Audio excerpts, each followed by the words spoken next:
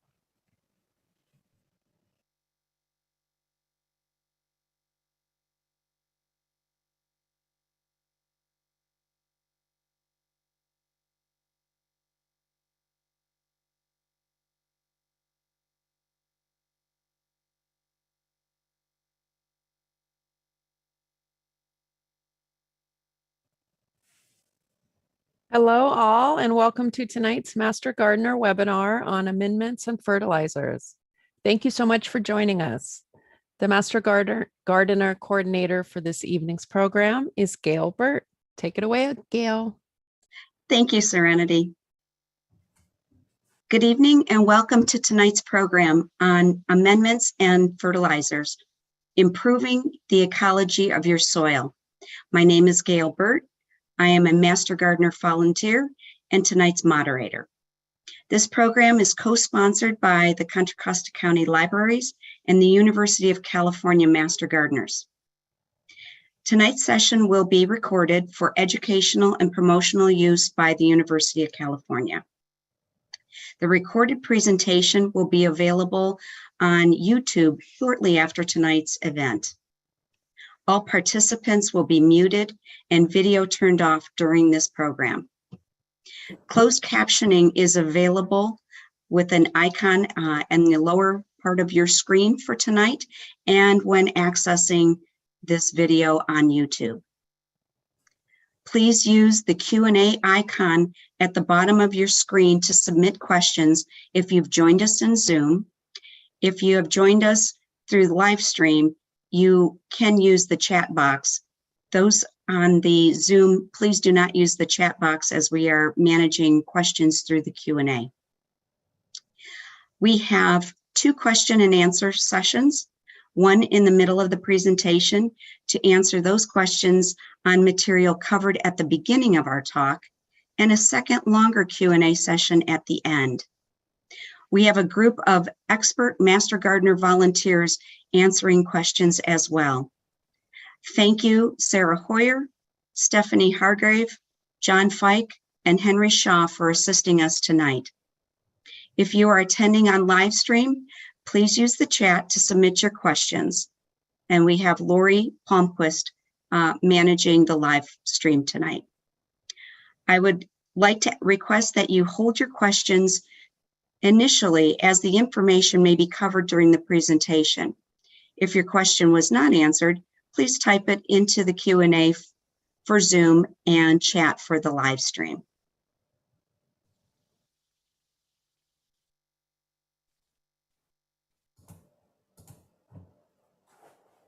Our mission: we extend research-based knowledge and information on home horticulture, pest management, and sustainable landscaping practices to the residents of Contra Costa County, and that is you.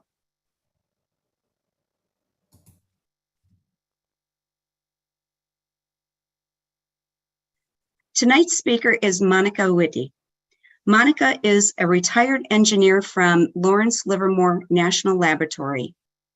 She became a master gardener in 2017 and now volunteers at Our Garden, which is the demonstration garden in Walnut Creek, and occasionally gives presentations with the Contra Costa Master Gardeners Speakers Bureau.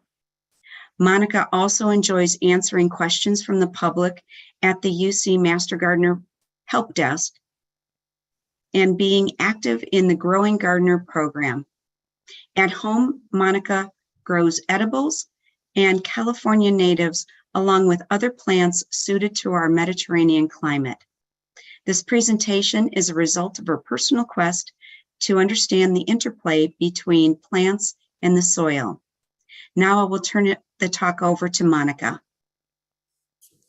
Good evening, and thank you, Gail and Serenity. I'm happy to be here this evening to talk about how to take care of soil so that all of our gardens thrive. I'm going to be talking about what amendments and fertilizers are and what's the difference. I'll introduce essential plant nutrients and how plants obtain them.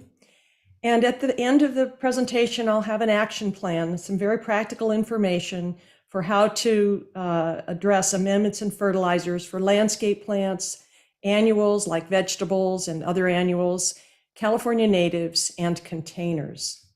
As gardeners, our main job is to nurture conditions in the soil so that both plants and the organisms living in the soil thrive. You may have seen this slide before if you've seen some of our other presentations. We talk about soil, water, aeration, and sun as being practices that are really comprise good cultural care. And we're going to be talking about several of them this evening.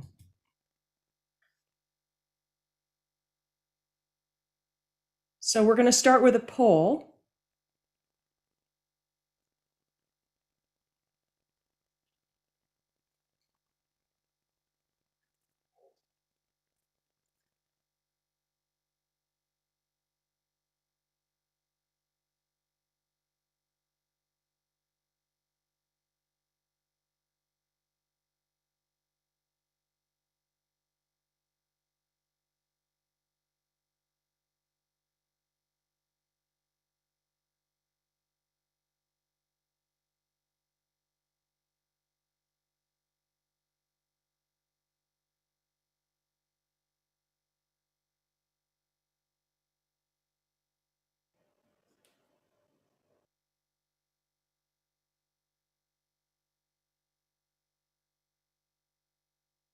Okay, we're starting to slow down, Monika. You could go ahead and we'll end the poll here.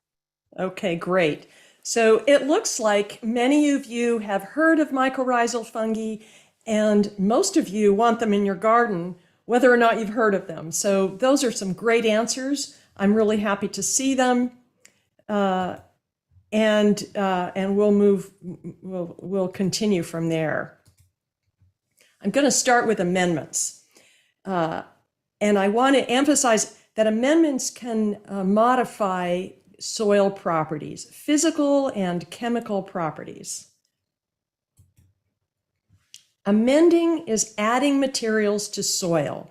So they're materials that are tilled, dug, or somehow incorporated to modify soil in a zone where the roots will grow. And what I mean when I say use the term till is that the soil is turned over mechanically with a shovel or perhaps with a rototiller. The soil is mixed in some way with the material that we're amending with. You've probably seen this pie chart before also, perhaps many times. The volume of the soil can be thought of as being split between solid materials, which are mineral particles, the tiny pieces of rock that are in the soil, and the organic material. That's the solid material. And then pore space, which is filled with either air or water. And the pore space is about half of the volume, and the solid material is the other half. So let's take a look at a profile of soil for just a moment.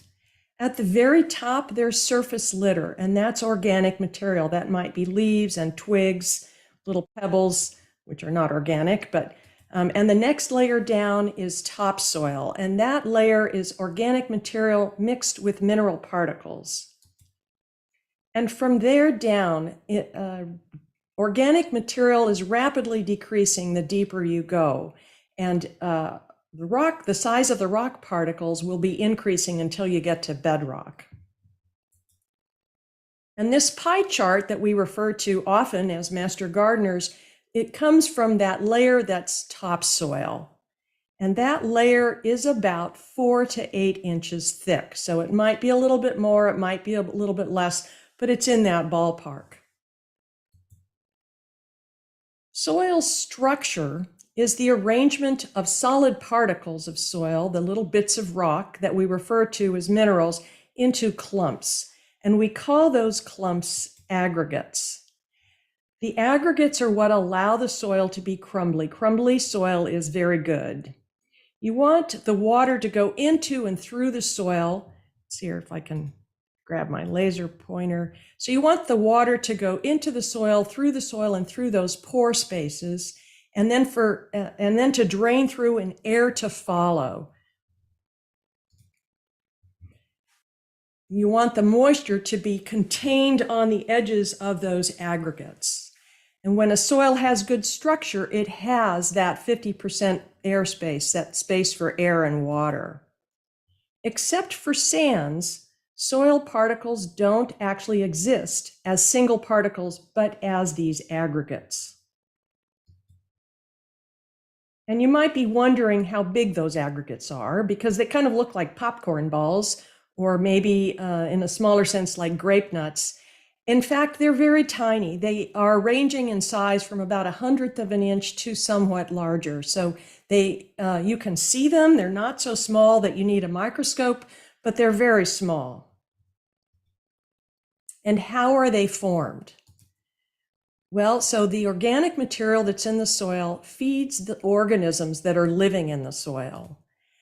The plant and microorganism exudates, along with earthworm and insect feces, are sticky. And those exudates serve as glue to stick the particles together. And the fact that those particles stick together forms the pore space.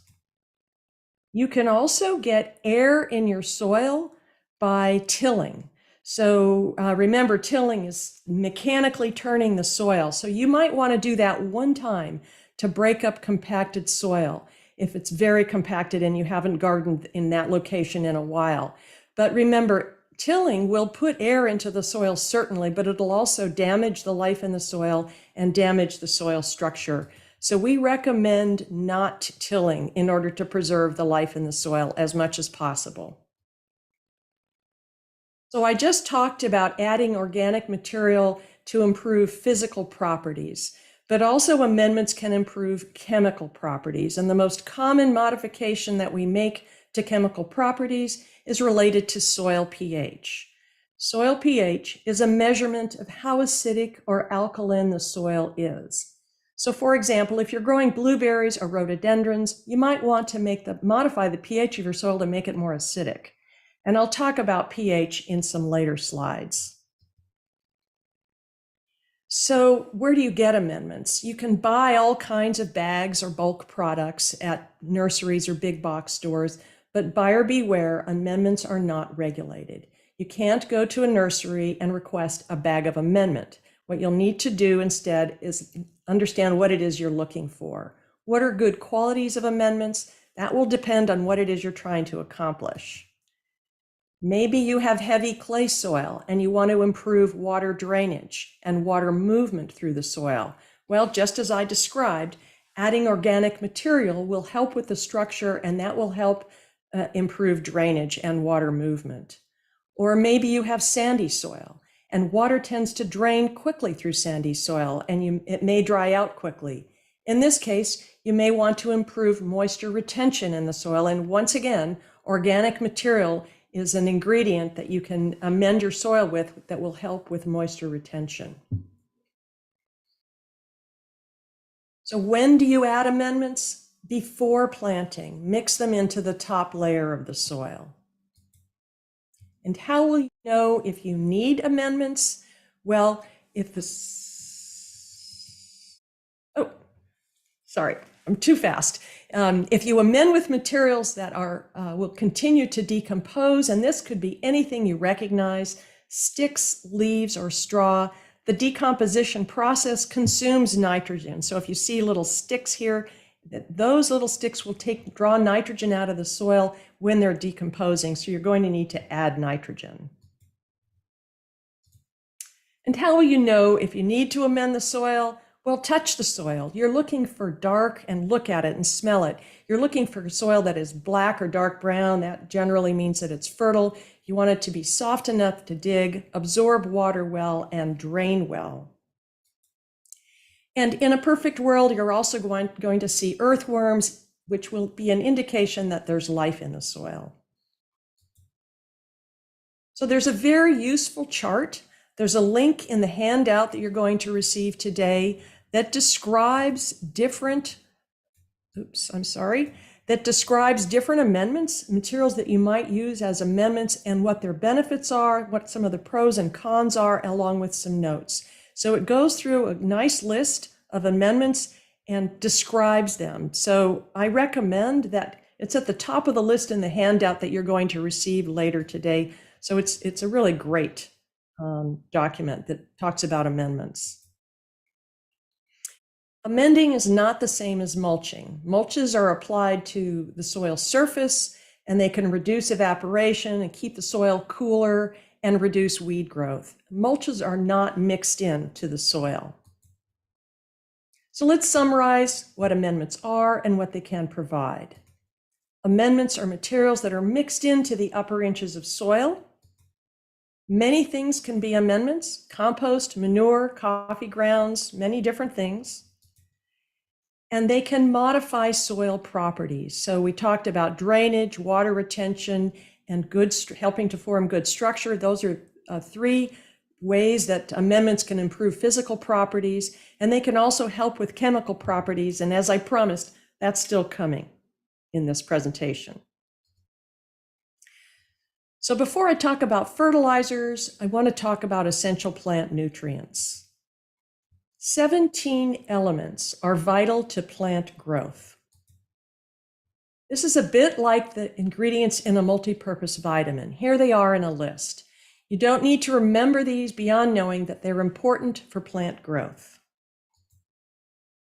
And plants take in the elements as compounds. They generally don't take them in as individual elements. Nitrate, for example, is a compound which includes nitrogen, and it's one form that the plants are able to absorb. These three nutrients, carbon, hydrogen, and oxygen, are special. Plants take these three nutrients from air and water. Carbon and oxygen enter plants through leaves as carbon dioxide. Oxygen and hydrogen enter plants through roots as water. And oxygen also enters through roots as pure oxygen. So we do not apply fertilizers to provide these three nutrients, but maintaining the pore space in our soil, soil management practices, and making sure that we don't compact the soil will greatly affect their availability. So the next group of 14 in the list, plants take from soil. Top 6 are macronutrients, and the next group are micronutrients. And as you can imagine, the micronutrients are needed in smaller quantities than the macronutrients, but they're all important. They might be needed in very tiny amounts, but they're all essential.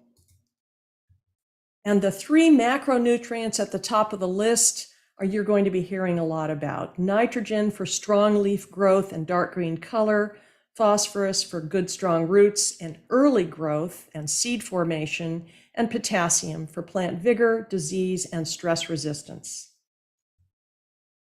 So how do plants obtain those 14 nutrients? Through their roots. One of the roots' critical roles is to take up soil water. If the roots are damaged or drowning in excess water, then the plants will be nutrient deprived. pH is a gatekeeper for nutrients. Even if the nutrients are in the soil, the question is, will they make it to the plant? So what is pH? I'm going to stop for a moment to talk about it because it plays such an important role in the availability of nutrients to plants. pH is a measure of the acidity of the soil on a logarithmic scale that goes from very acidic on one side to basic on the other, and water in the middle is pH neutral.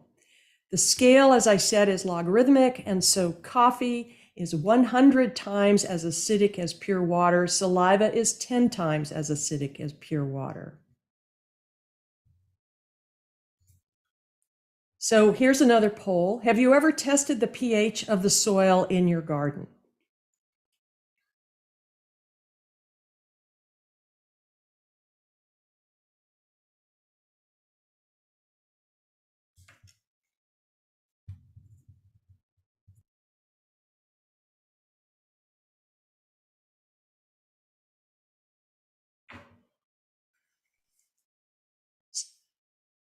Okay.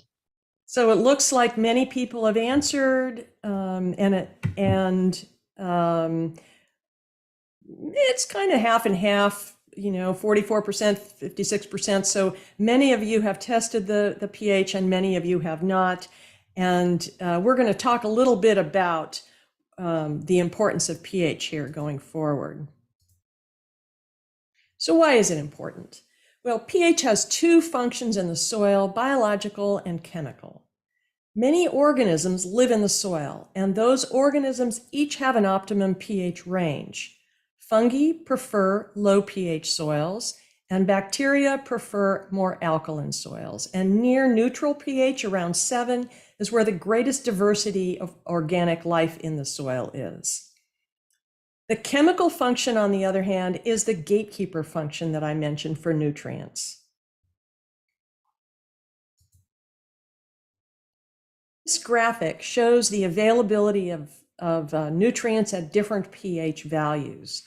The wider a bar is, so here let's just take a look at the iron bar. It's wide on the left-hand side, which is the acidic side, and it gets narrow as the pH increases and the soil becomes more basic. So the iron is available in acidic soil and not available in alkaline soil.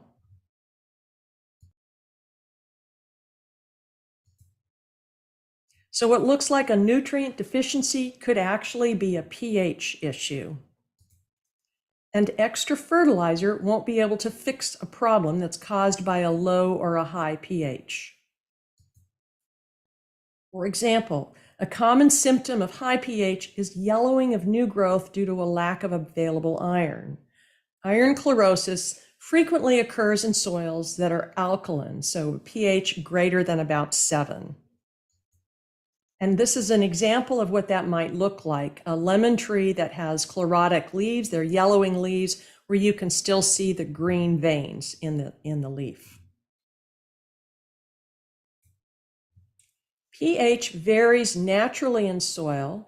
Soil is more acidic in the eastern regions of our country where it's forested and there's more rainfall, and it's less acidic, it's more basic as you move into the Midwest and the West.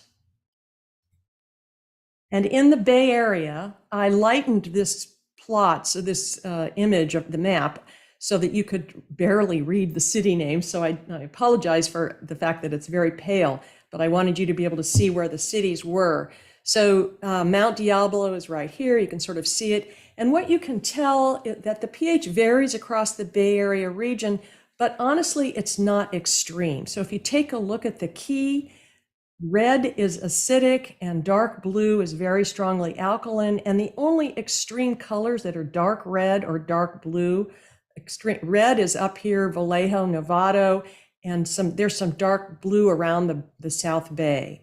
But generally, the paler yellow, the paler pink color here, let's see here. In the Bay Area, it's mostly this pinky color or pale blue, which is neutral or slightly acidic, and only one step away from that. So the pH in the Bay Area is relatively close to neutral. The soil pH is not static. Factors that might cause it to change include natural processes such as rainfall pattern changes or natural weathering of soil particles or decomposition of organic matter, and also human actions, fertilizing practices, irrigation practices, and amending with liming materials can affect the pH. And also irrigation water might contribute to a higher soil pH. May or may not be a problem, but if you see plant issues, it's a fairly easy thing to test.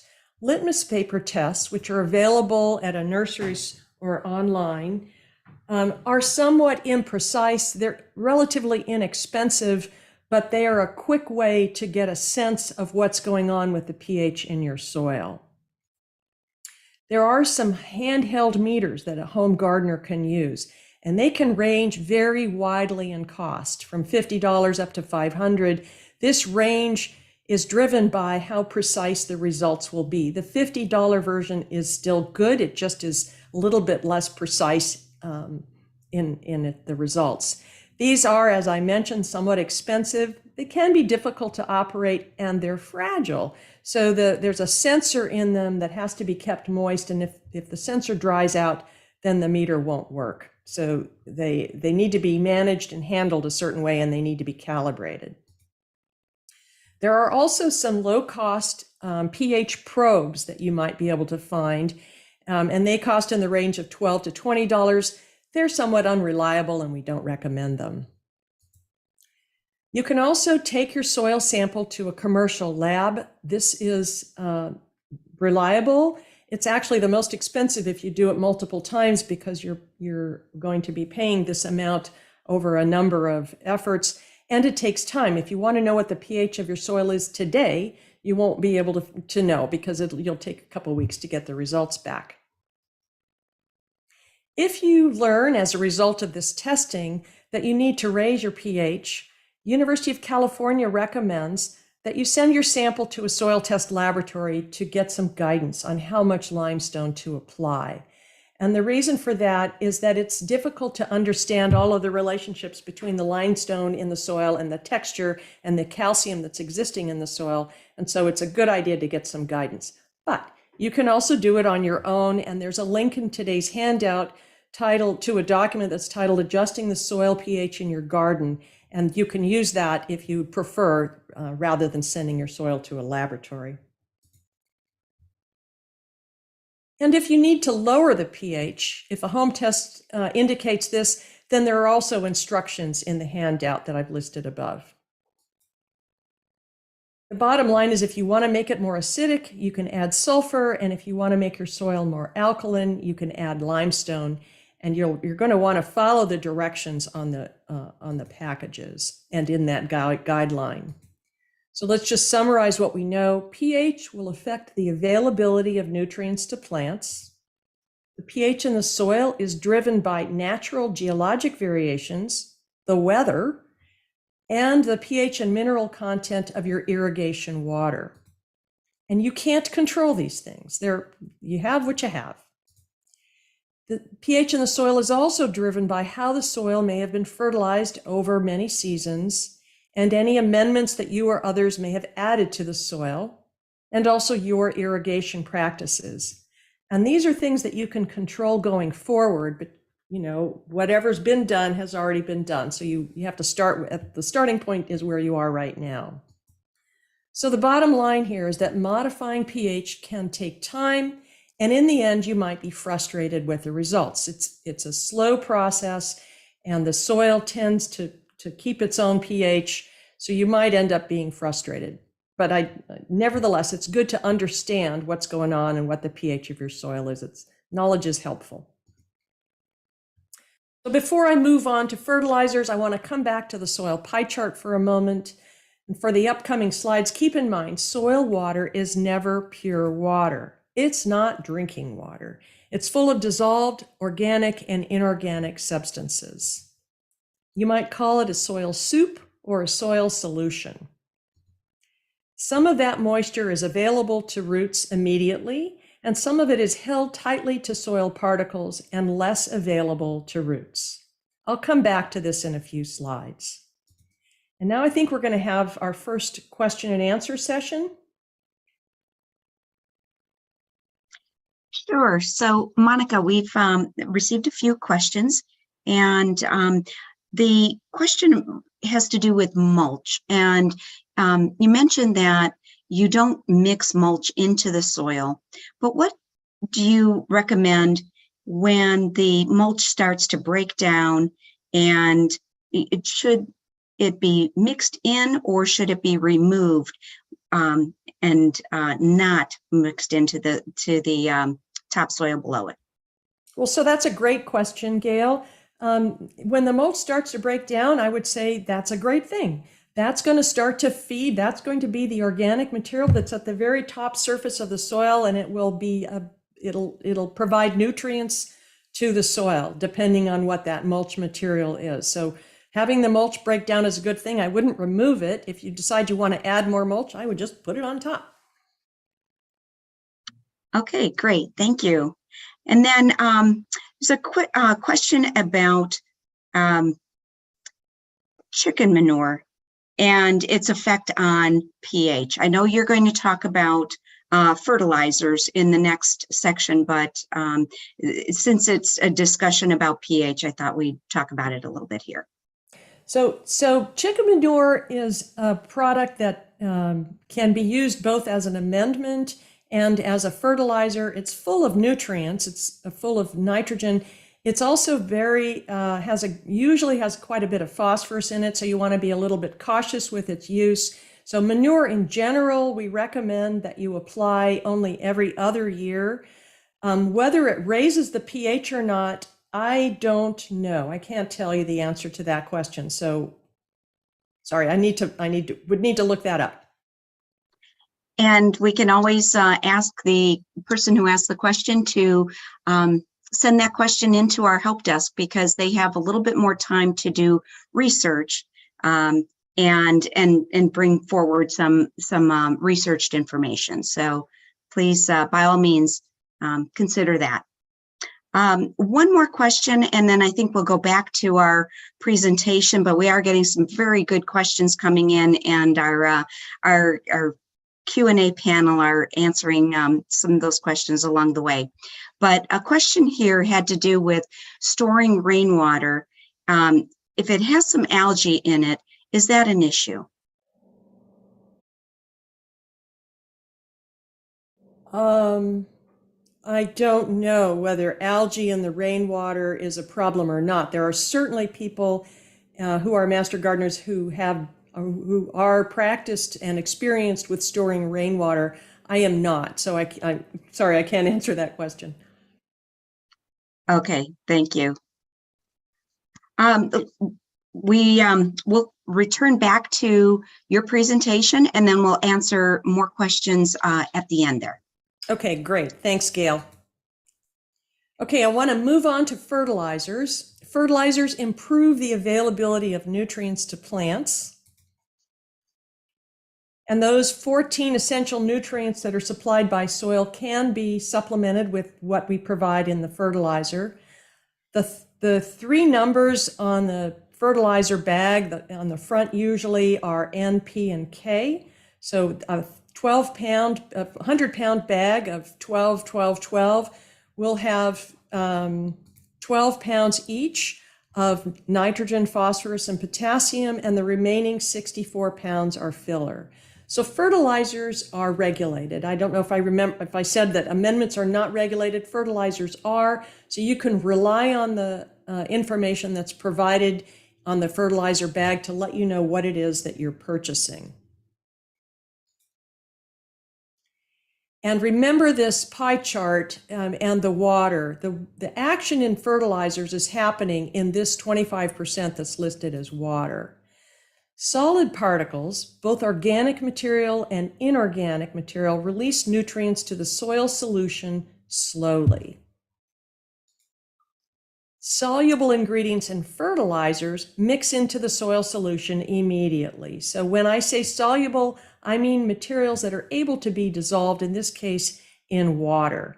So that's a very quick addition to the soil solution if it's soluble. If it's an insoluble ingredient in the fertilizer, that will require time, temperature, and microorganisms to be added to the soil solution. So here are here's a collection of fertilizer labels, and we'll look at one of them.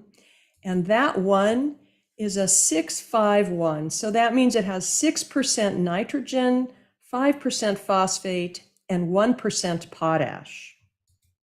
And what you'll see here on the label, you'll see that 1.2% of the nitrogen is water soluble and 4.8% is insoluble. And the potash similarly is soluble, so it's immediately available. And the phosphate, the fact that it says available here means that the fertilizer contains a necessary phosphate for the plant, and it will be released into the soil solution if the pH is appropriate.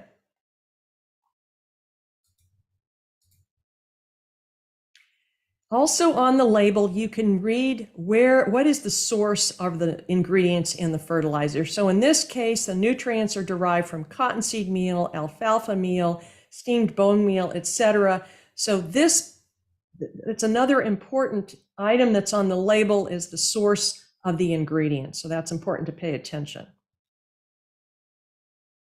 So when you're buying fertilizer, you're going to have to make some decisions. And we'll talk about those here. You'll have to, one of them is, will you be purchasing organic or synthetic or chemical fertilizer? There are many successful gardeners who use a combination of both of these. Organic, let's talk about those first. They might be manures, compost, bone meal, and they're derived directly from plant or animal sources. And microorganisms are required for their breakdown, so they're typically slow acting. They're going to feed the microorganisms, and in the process, as we talked about, they're going to help build soil structure. And they may contain many essential nutrients. Some disadvantages to organic fertilizers are that they might be expensive, they might be difficult to source, they might be hard to find, or less available, and they might be smelly. Synthetic fertilizers, on the other hand, can provide the same nutrients, and they're often called commercial or chemical fertilizers because they go through a manufacturing process. They're relatively less expensive, small amounts can provide the necessary nutrients, and they're soluble typically, so their nutrients are available immediately. But it's possible to over-fertilize. Once the nutrients get into the soil, it's difficult or impossible to remove them. And they can also leach into surrounding areas, and they can burn the crops if they're applied incorrectly. And also, if you use a synthetic fertilizer, you're not feeding the life in the soil. So just talk about terminology for a minute. What about the difference between certified organic food and the term organic when it's used in a fertilizer label? Well, organic food products are food that have followed federal guidelines in their processing and planting and growing. So that term means that something for food, and it's quite different than what it means for fertilizer label. Organic fertilizers are derived from plant or animal sources, and examples are manures, compost, or bone meal. So another category that you'll have to think about when you're purchasing fertilizer is fast-acting versus slow-acting. Organic fertilizers are typically slow-acting because it takes time for the microorganisms to break them down. And synthetic fertilizers are typically fast-acting because they're immediately soluble. But they can be slow-acting if they're made with some kind of a means to slow down their dissolution into water. So for example, those small pellets that you can purchase that have a coating on the outside, that coating might be made of a polymer or it might be a clay, and that coating is designed to break down slowly over a season or several months, and that creates a means for the synthetic fertilizer, the chemical fertilizer, to be slow acting.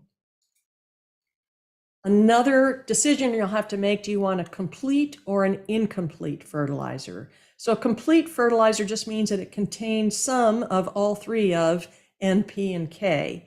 And incomplete means that it may contain just one or two of them. So for example, perhaps you want to add nitrogen to your soil because of a plant that needs nitrogen, but you don't need P and K. So that would be an incomplete fertilizer that just included one of them, nitrogen. Another decision you have to make is whether you want to have dry versus liquid. Dry is cost effective. It might be granules, powders, or pellets. And liquid is convenient and typically a little bit more expensive. And there are products that both amend and fertilize. So manure contains several essential nutrients. It supplies organic matter, and it requires caution, as I mentioned earlier. In this case, the horse manure is mixed with bedding straw, and that manure will have varying nutrient content depending on the animal it came from, what that animal ate, and how and for how long the manure was stored. Because of some potential problems with excess phosphorus, we recommend the use of manure only every other year. And remember, and compost also is a product that can both amend and fertilize. And both of these will provide good qualities to the soil. They'll improve soil aeration, water retention, water infiltration, and nutrient holding capacities. So nutrients can also be provided by healthy living soil. The organic material slice in this pie has an enormous effect on almost all soil properties. And that organic matter in soil consists of two parts, the part that is not alive and the part that is alive. The part that is not alive can be thought of as the active material that might be recently deceased organisms, old plant roots, litter, manures. And what's really important here is that these are the main supply of food for the organisms that are living in the soil. And the other portion of the part that's not alive is the stable organic matter. We refer to this sometimes as humus, and this is well decomposed. It's very stable. It's still decomposing, but it's very slow. And what about the portion of that organic material piece of the pie that is alive? Well, that's a sliver, as you can see here. It's between 5 and 15% of this green section of organic material. And it's tiny, but it plays a very large role in the health of plants. And perhaps you saw a presentation last month And in this library Master Gardener series titled The Universe Beneath Your Feet, if you haven't had a chance to see that, I encourage you to do so. It's available both at the Master Gardener website and at the library website. So that video talks about all of the things that are living in the soil. I want to just talk briefly about one of them, the mycorrhizal fungi, because they're so important to plants. 90% of plants evolved to form relationships with these fungi. You've probably seen these white filaments in your garden growing on decaying wood or mulch. These threads are called hyphae, and they're very common. They grow in and around roots, and they form networks. And a network of hyphae is called a mycelium.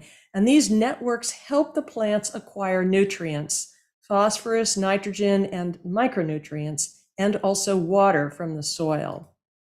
And in exchange, the fungus receives a place to live and carbon compounds for its own growth. And the term mycorrhizae actually refers to the relationship between the root and the fungus. So myco is fungus and rhizae is root. So it is a description of the relationship. There are many positive impacts of mycorrhizae. They extend the plant root zone farther and into tinier spaces so they are able to reach nutrients and moisture where the roots themselves are not able to do that. They can improve both the availability and the intake of some nutrients, especially phosphorus. And they can improve a plant's resistance to pathogens. And also they can improve the surrounding soil. In this, they provide some of that sticky material that I talked about at the beginning that helps to clump the aggregates together and to form the soil particles into aggregates.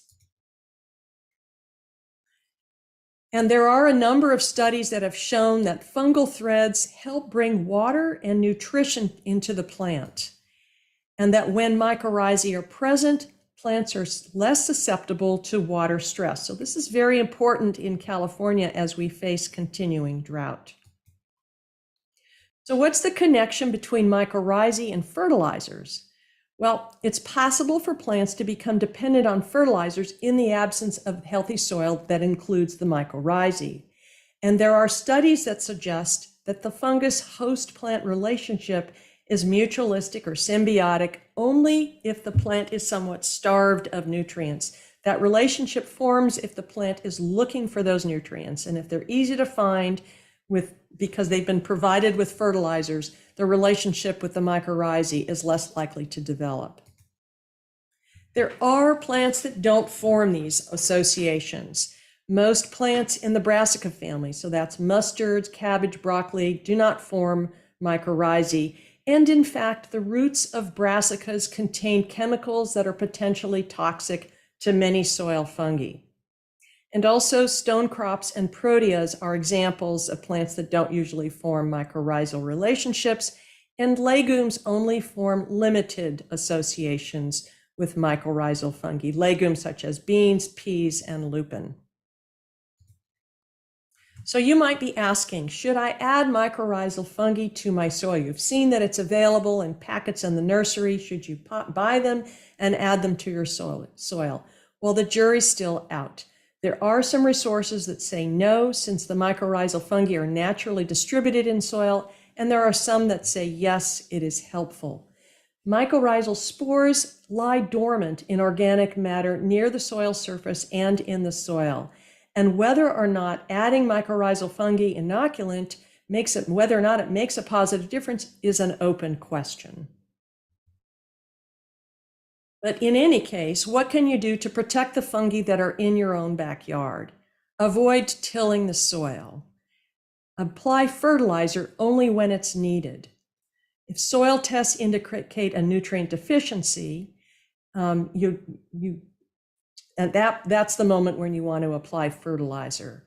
And apply chicken or steer manure, as I mentioned, only every other year.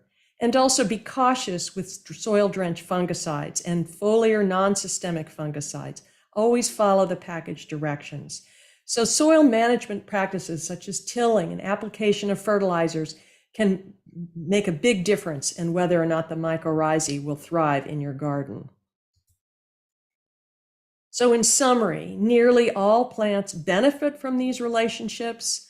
The fungi either surround or penetrate the roots, and they can reach out farther and into tinier spaces than the roots, and thereby locate nutrients and moisture when plant roots cannot.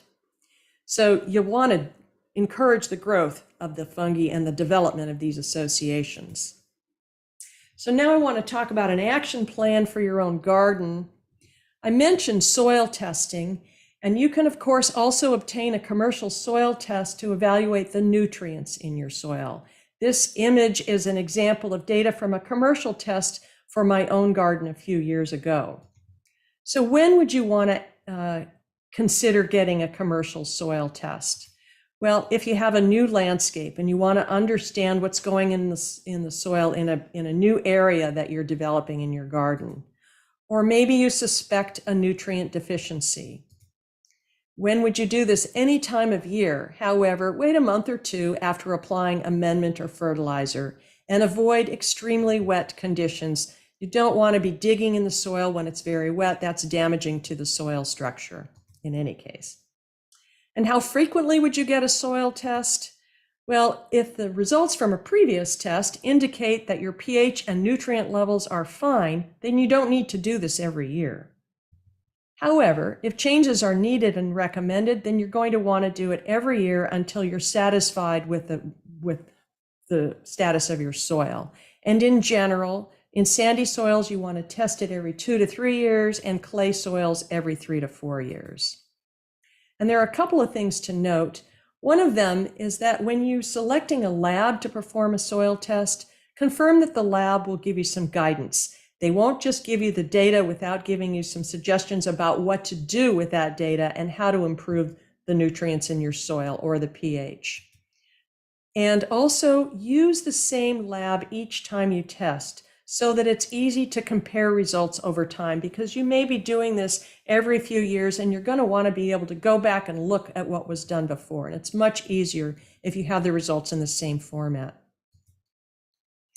And what will you do with those results? If it turns out, for example, that you need a single nutrient like nitrogen, you might want to apply a fertilizer that contains only nitrogen. So here are some examples: blood meal, fish meal, and soybean meal. And you can see that the first number in every case is the high number. So these are incomplete, in the case of these two, fertilizers that contain nitrogen. These are organic examples, but there are also, you can certainly purchase synthetic fertilizers containing nitrogen, either ammonium nitrate or ammonium sulfate. So I should have mentioned earlier, but I'm going to mention now, that I have these images in the slides, but University of California does not recommend or endorse any particular products. These images are here as examples only. So what about landscape plants, trees, shrubs, and perennials? So if you have a new landscape, then take a look and evaluate. Test for nutrients and pH, and amend the soil, especially if it looks compacted and does not appear fertile. Then incorporate 3 inches of compost and mix it into the top 6 to 12 inches of soil. One time only. Remember, we want to till or mechanically turn the soil as little as possible, but the first time you're looking at an area, you might need to do that. And address the pH at the same time if your soil test indicates that that's necessary. University of California does not recommend amending holes for planting individual trees, shrubs, or vines. And the reason for that is it's good to amend an entire area, but if you're just digging an individual hole for a tree or a shrub, then what you want to do is replace the soil back in that you removed. So put back the native soil. You don't want to have a boundary condition where inside the hole you have very amended, nice, soft soil, and then outside that boundary condition, at the edge of the hole, it goes back to native soil. The roots are going to have a hard time penetrating into the native soil if they got used to that nice, cushy situation in the hole. So UC does not recommend amending individual holes. What about young plants? You want to fertilize trees and woody shrubs with nitrogen for up to 2 years after planting at the drip line, which is at the edges of where the twigs are, and use a slow release fertilizer and follow the directions. Non-flowering trees and shrubs don't require fertilizer even at planting. And fruit trees, fertilizer is not necessary the first year. Perennials should have a slow release fertilizer in the planting hole. Now, let's say you have an existing landscape and you want to know how to manage an existing landscape. First of all, do not amend it. Amending should only occur once before planting. What about fertilizer? Landscape trees and shrubs, mature trees and shrubs, do not need fertilizer if they look healthy. Fruit trees should be fertilized. You want to apply nitrogen annually during the growing season in spring or split between spring and just after harvest at the drip line. And be careful, again, too much nitrogen can cause softer fruit, poor fruit color, and reduce storage and shelf life, and also increase problems with pests. So follow the package directions.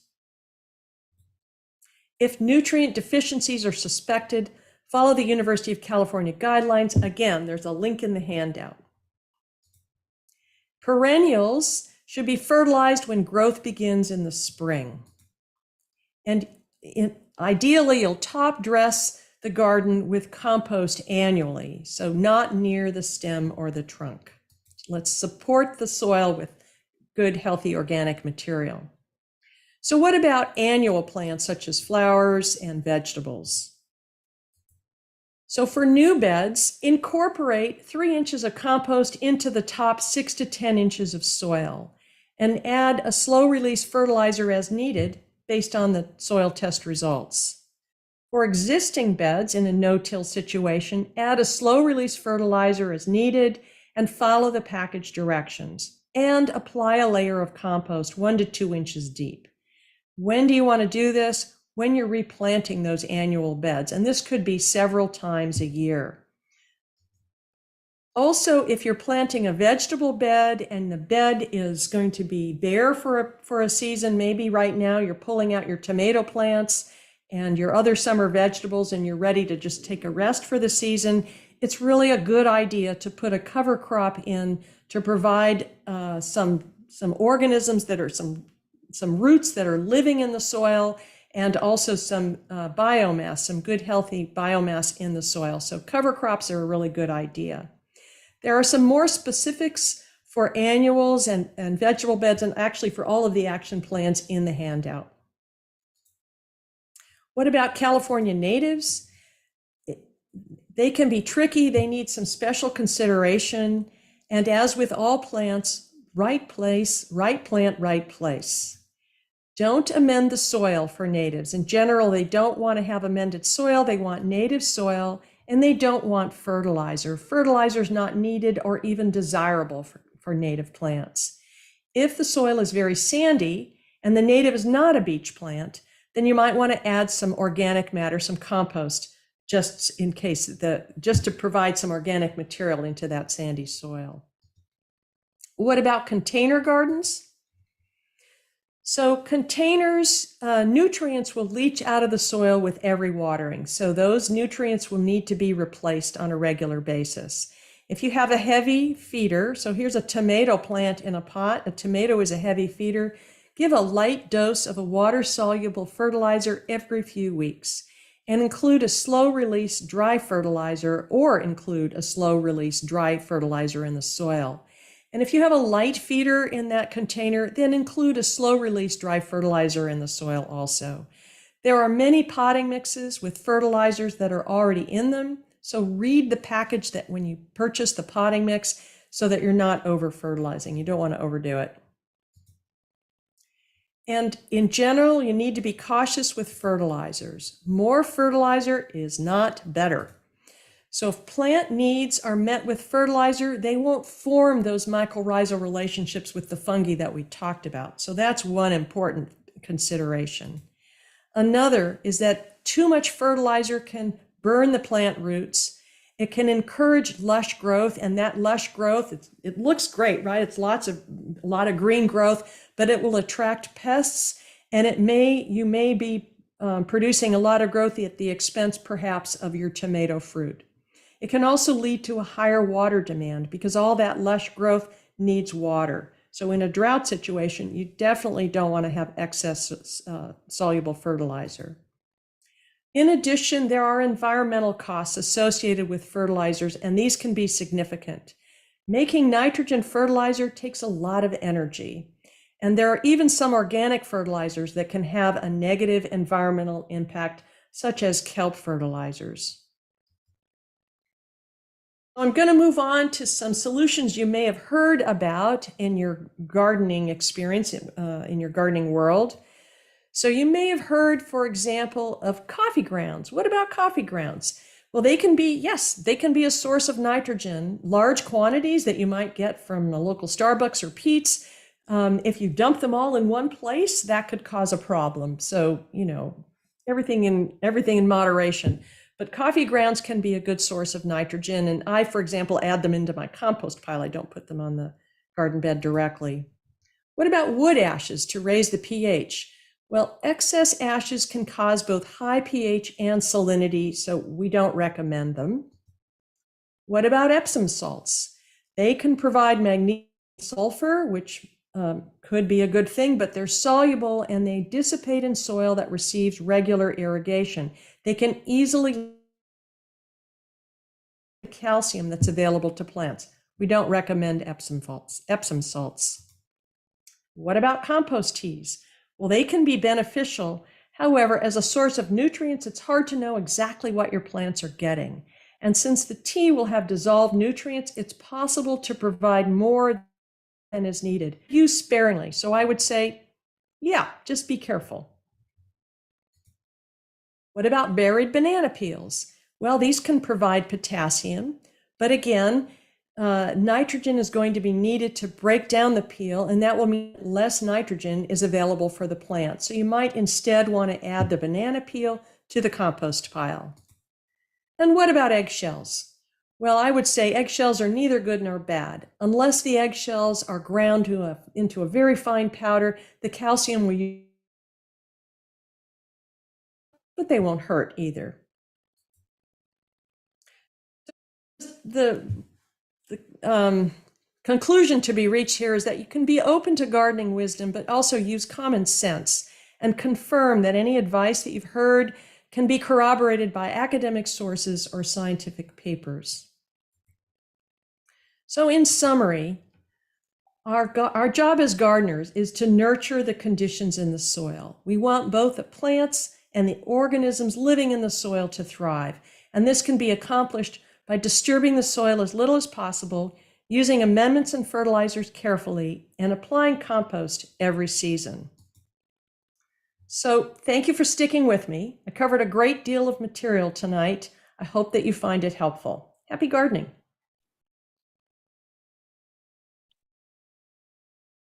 Thank you, Monika, for an incredible education on the use of amendments and fertilizers. For more information, gardening information, please visit our Contra Costa Master Gardener website, which is filled with research-based information. You can follow us on social media. We have pages on Twitter, Facebook, Instagram, and a YouTube channel. If you live in Contra Costa County, you can email our Master Gardener Help Desk with your gardening questions.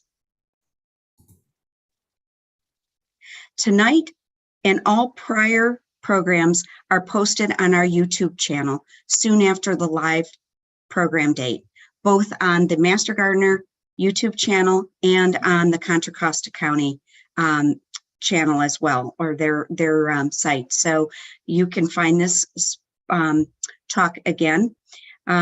We hope that you will join us for their future presentations. You will see that we have a presentation coming up on November 15th on houseplants. And so please join us again. We are also working on our list of programming for 2023. So please come back for more educational sessions on gardening in Contra Costa County. We will Registration typically is posted the week prior to the event. So be on the lookout for, you can find that on our website, on Facebook, our e-newsletter, and the library also will send out the email if you are receiving and on their mailing list.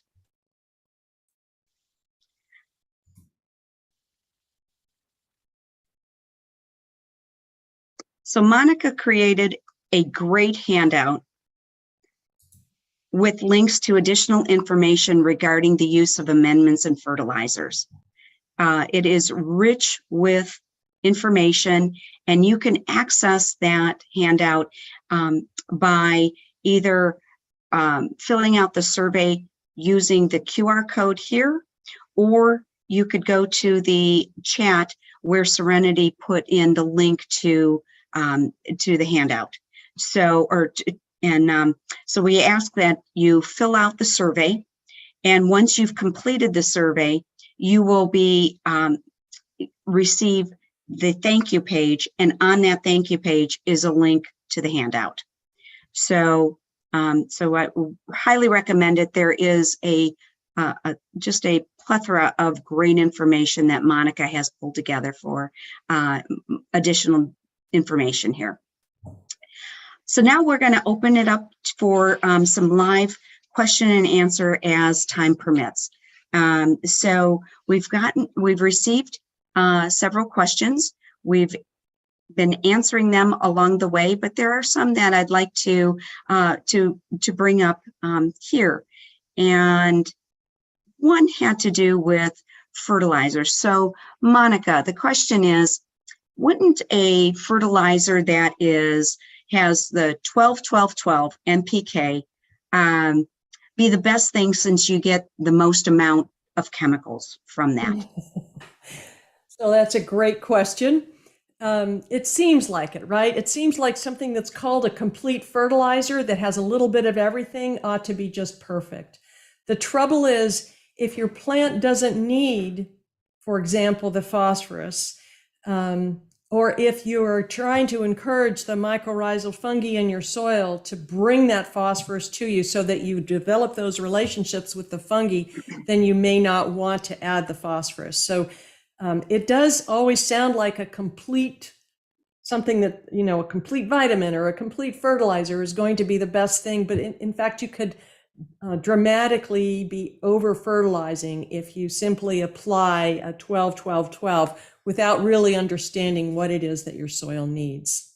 So generally, I would say that's probably not the right answer, not the best answer. Okay, thank you. So more on questions on fertilizer. So why is it important to pay attention to the ingredients in a fertilizer? So that will help you understand what it is that you're providing. So if the ingredients are completely soluble, then you know that that fertilizer is available immediately to your plant. And so if that's what you need, if you have an issue with your plant right now and you want to solve it, you believe that an immediate kick is needed, then a soluble fertilizer is a good idea. But if you want to provide nutrition over a longer period of time, then something that doesn't include 100% soluble, that has a mix of insoluble and soluble, could be a better answer. So that's one thing. It has to do with, how quickly is it available? And another aspect is whether or not those ingredients are also going to be providing nutrients for the organisms in the soil. Are you also going to feed the soil? And that will be the case if you have an organic fertilizer. So just in general, I would say it's a good idea to understand what you're providing to your plants and following the recommendations from what you know is going to be needed based on what you're growing and based on a soil test. Okay, thank you. All right.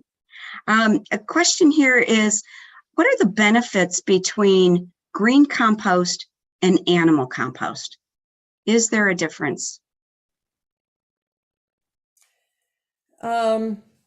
Okay, so first of all, animal compost can include ingredients that animal compounds are going to be dependent on what the animal ate. Green compost that you might be creating out of the vegetable products, carrot peels and potato peels and other things from your kitchen, will also be nutrient rich. Benefits and disadvantages. So depending on what the animal consumed, there will be perhaps ingredients in the animal manure, such as phosphorus, that won't necessarily exist in a green compost. They will have different likely ingredients, and those you can generally get a sense of what they are by looking them up. There are some tables that provide that. That's not in the link, so to give that information, we'd have to get back to you with from the help desk, but that is available. So generally, I would say they're both good. Green fertilizer is typically not as hot when it's after it's being composted, but that's not, you can't say that's always the case. It's also can be somewhat hot and can over fertilize your plant as well. So I should stop there. Okay. So here's a question. We actually received a couple of questions like this, and I think you talked about it, but it probably is worth restating because we've gotten a couple of questions. And that is, what about fertilizing a very large yard? Should you do this en masse or individually at the plant? So remember what I said about most landscape shrubs and perennials don't need a lot of fertilizer every year, unless perennials need some, but landscape shrubs and trees don't need a great deal of fertilizer. So I would do that at the drip line around those plants that need it. If you are preparing a large area for plants, and you want to make sure that it has enough nutrients for those plants because perhaps it's nutrient deprived, I would make that decision based on how closely you're going to be planting. If you're planting very close together, then doing it en masse is a good idea if it's a new situation. But if these are plants that are going to be somewhat farther apart, it's going to take a while for a new landscape for those roots to grow together. I would do it individually. Okay. Great, thank you. We got a couple of questions on cover crop. You mentioned cover crop, and could you elaborate on what you would recommend as a cover crop during the winter? So what I would do in the wintertime is plant a brassica cover crop where the tomatoes were. So the reason for that is like a mustard. So the reason for that is kind of what I said before, that brassicas don't form relationships with a lot of fungi. In fact, their roots are toxic to some fungi. And there are wilts that grow in and around tomato plants, verticillium wilt and fusarium wilt. And in order to help manage those wilts, those are funguses, then what I would do is plant a brassica, a mustard, so that those wilts don't have anything to feed on during the winter. So you can take advantage of the fact that the brassicas don't actually form those relationships with the fungi. That turns out to be something you could use to your advantage. So anyway, Solanaceae plants, I would plant a brassica or a mustard. Other plants, if you didn't have a pea or a bean there, I would plant a legume cover crop so that you're adding nitrogen back into the soil. There's so many options. If you have very difficult soil, if you have some soil that's very coarse or compacted, you might want to plant a daikon radish because their roots will penetrate deeply and help to break up the soil. So, and that will be very advantageous for the soil later on. So there are a couple of different options. There is a talk on cover crops as a part of this series, right, Gail? So I would recommend that you seek out and watch that to get more detail. It's a great presentation.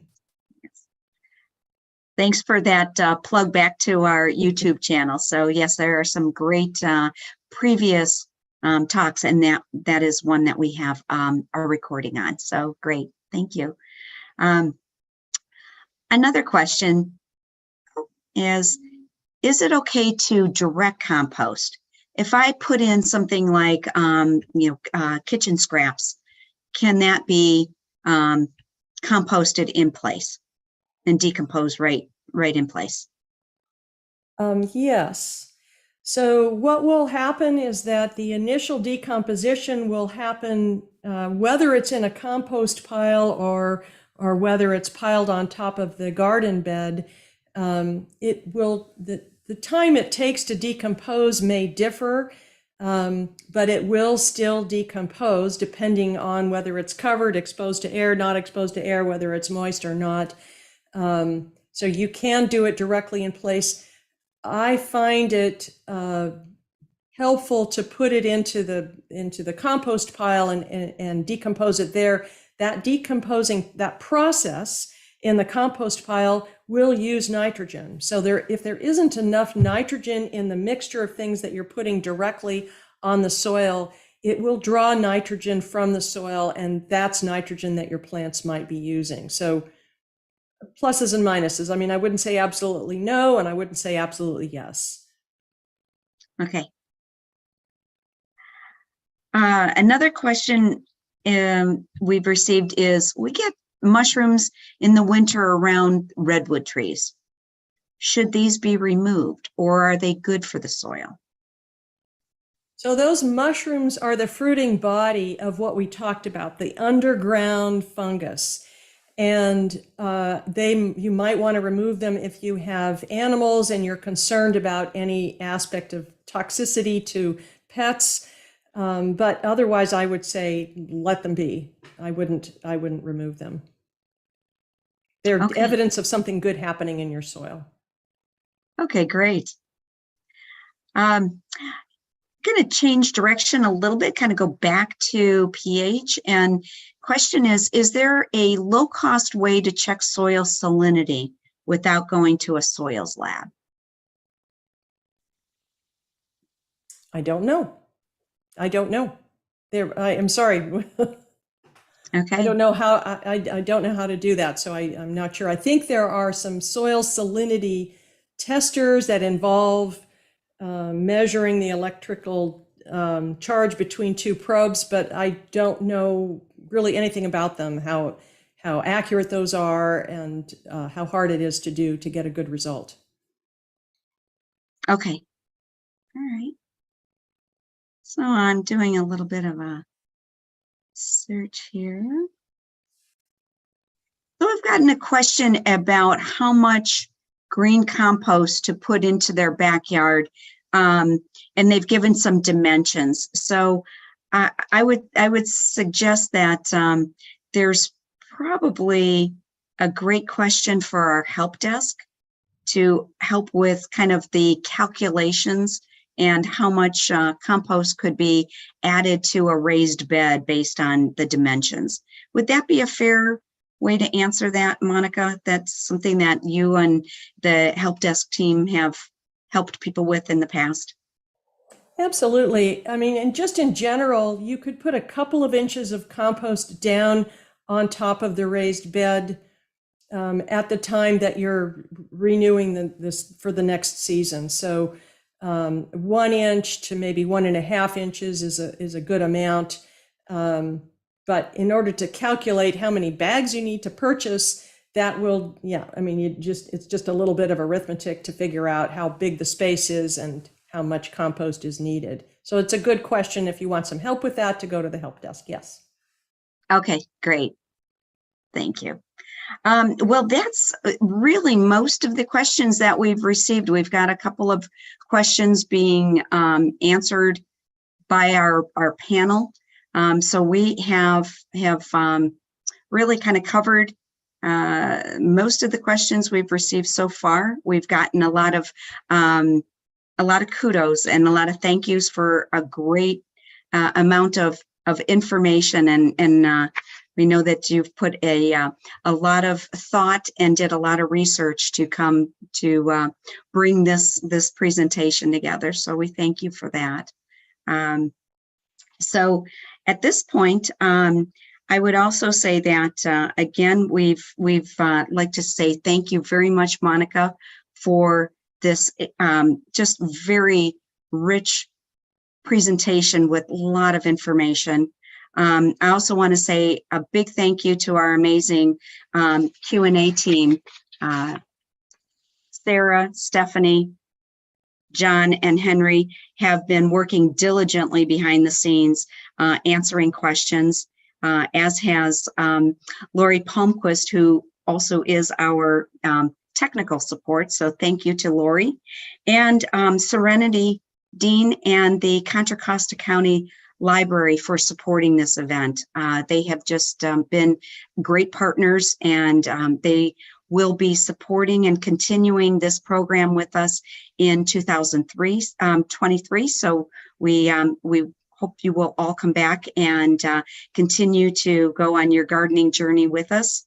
And mostly, I would like to say thank you all for attending. It's really your interest that makes this program so exciting. So thank you so much for your time tonight. And with that, I say good night.